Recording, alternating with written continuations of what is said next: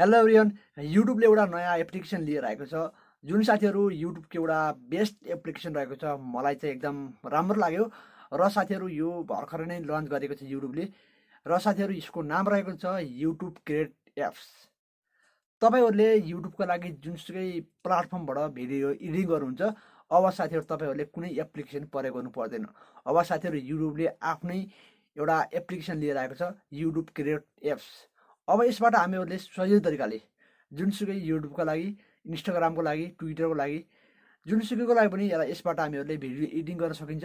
र साथीहरू यसलाई कुनै पनि केही रकम तिर्नु पर्दैन।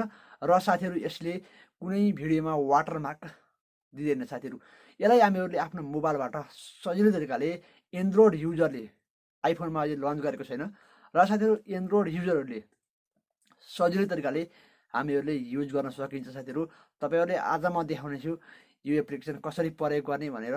र साथीहरू मैले तपाईँहरूलाई यो एप्स कसरी प्रयोग गर्ने, हामीहरूले कसरी एडिटिङ गर्ने भनेर अर्को भिडियोमा अवश्य लिनेछु। किनकि साथीहरू तपाईँहरूले आज म देखाउनेछु युट्युब क्रिएट एप्स अझै नेपालमा भने हामीहरूले प्रयोग गर्न पाइरहेका छैनौँ। भर्खरै नै लन्च गरेको छ। अब साथीहरू केही समयपछि छिट्टै नेपालमा पनि यसलाई लन्च गर्नेछ। र हामी नेपालीहरूले पनि छिट्टै, नेपाली युजरहरूले छिट्टै यहाँ प्रयोग गर्न अवश्य पाउनेछौँ। म तपाईँलाई देखाउनेछु साथीहरू किन यसले लन्च गरेको छैन र किन यसले कन्ट्रीमा, हाम्रो नेपालमा अझै प्रयोग गर्न दिएको छैन। म तपाईँहरूलाई छिटो देखाउनेछु, तपाईँहरूले देख्न सक्नुहुन्छ। तपाईँहरूले यहाँ देख्न सक्नुहुन्छ, हेर्नुहोस्, म तपाईँहरूलाई देखाउँछु YouTube create apps Google LLC. यो साथीहरू भर्खर नै लन्च गरेको छ गुगलले, सरी साथीहरू युट्युबले। 10K डाउनलोड गरिसकेको छ। र साथीहरू अझै नेपालमा यसलाई पर्मिसन दिएको छैन। देख्न सक्नुहुन्छ एभाइलेबल इन यर कन्ट्री।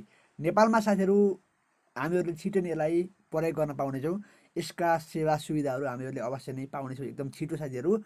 र साथीहरू यसलाई नेपालमा पर्मिसन गरे बित्तिकै तपाईँको सामु भिडियोलाई एडिटिङ कसरी गर्ने, म्युजिक, सम्पूर्ण कुरा यसले आफै दिएको छ साथीहरू। कसरी हामीले यसलाई प्रयोग गर्ने भनेर एकदम छिट्टो भिडियो लिएर आउनेछु। र साथीहरू भिडियोलाई अन्तिमसम्म हेर्नुभएकोमा धन्यवाद साथीहरू। यसलाई साथीहरू अझै नेपालमा पर्मिसन दिएको छैन। र साथीहरू नेपालमा अझै हामीहरूले प्रयोग गर्न पाएका छैनौँ साथीहरू। एकदम छिट्टै नै यसलाई लन्च गर्नेछ र हामीहरूले नेपालमा छिट्टै नै प्रयोग गर्नेछौँ साथीहरू, आशा छ। तपाईँहरूले आजको भिडियो कस्तो लाग्यो? यदि भिडियो राम्रो लाग्यो भने एक लाइक र सब्सक्राइब गर्न चाहिँ नबिर्सिनु होला। किनकि साथीहरू आगामी दिनमा यस्तै खाले मेरो टेक्नोलोजी भिडियोहरू तपाईँसँग एकदम छिट्टो आउनेछन्।